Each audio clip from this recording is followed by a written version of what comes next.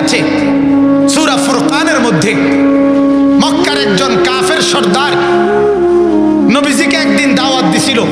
উকবা ইবনে আবি মুঈত আরো নেতাদেরকেও দাওয়াত দিছিল কাফের।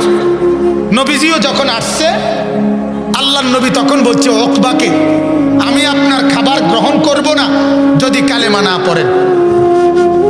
উকবা বলল, আরব দেশের নিয়ম ছিল সম্ভ্রান্ত ব্যক্তির বাড়ি থেকে মেহমান ফেরত যায় না। কথা বুঝছেন কিনা? এখন যদি মেহমান চলে যায় বেজ্জুতি, এজন্য সে কালেমা পড়ে ফেলছে। কালেমা কি পড়ে ফেলছে ওই উকবা ইবনে আবি মুঈত। আল্লাহর নবী খানা খেয়ে চলে গেছেন। উমাইয়া ইবনে খালফ, ওই যে হযরতে বেলালের মনিব ছিল বেলাল, ওনারে যেই কাফের অনেক জুলুম অত্যাচার করছিল এই উমাইয়া, সে আইসেই সে লগলগ ওই উকবাকে বলল, তুমি এটা কি করলা? আমরা এতগুলো বন্ধু তোমার, এক লগে চলি ফিরি, আজ কি নতুন চলি? তুমি আমরা এতটাই লোকের সামনে মুহাম্মাদের কালেমা পড়া আমাদেরকে এই বেজ্জুতিটা করলা কেমনে? এক লগে চলি, এক লগে বন খাই, এক লগে বিড়ি খাই, আমরা সবসময় উড়া বসা এক লগে, দুইটা আলুর চপ খাইলেও তোমারে দুইটা দেই, তুমি কেমনে কামটা করলা?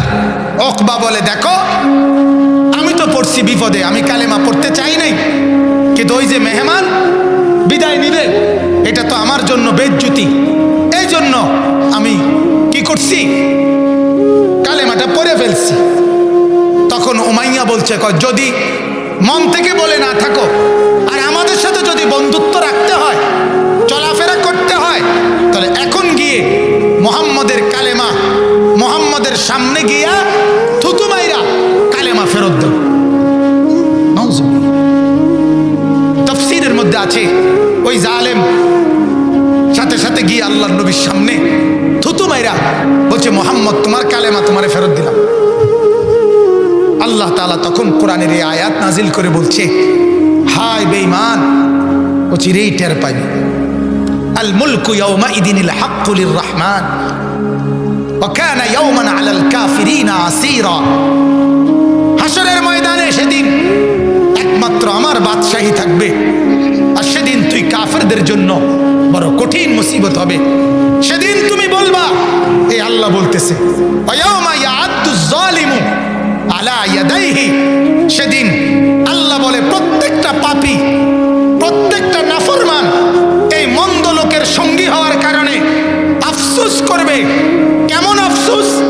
আল্লাহ বলে, আল্লাহর কোরআন বলে, সেদিন সে নিজের দাঁত দিয়ে নিজের আঙ্গুল এইভাবে কামড়াইতে কামড়াইতে ছিঁড়ে ফেলবে আর বলবে, ইয়া ওয়াইলাতা লাইতানি ইত্তানা ইয়া লাইতানি ইত্তাখাযতু মা'আর রাসূল সাবিলা। হায় আফসোস, যদি ওই রাসূলকে গ্রহণ করতাম, যদি ওই রাসূলকে গ্রহণ করতাম। ইয়া ওয়াইলাতা লাইতানি লাম আত্তাখিজ ফুলানান খলিলা, এই স্পষ্ট শব্দ। হায় আফসোস, হায় আমার মন্দ কপাল, যদি তাকে ফুলানান, যদি ওই লোকটাকে খলিল বন্ধু না বানাইতাম। আল্লাহ বলে, এই কামড়াইতে কামড়াইতে আফসোস করবে আর বলবে, হায় যদি তাকে বন্ধু না বানাইতাম, যদি রাসূলকে সঙ্গী বানাই।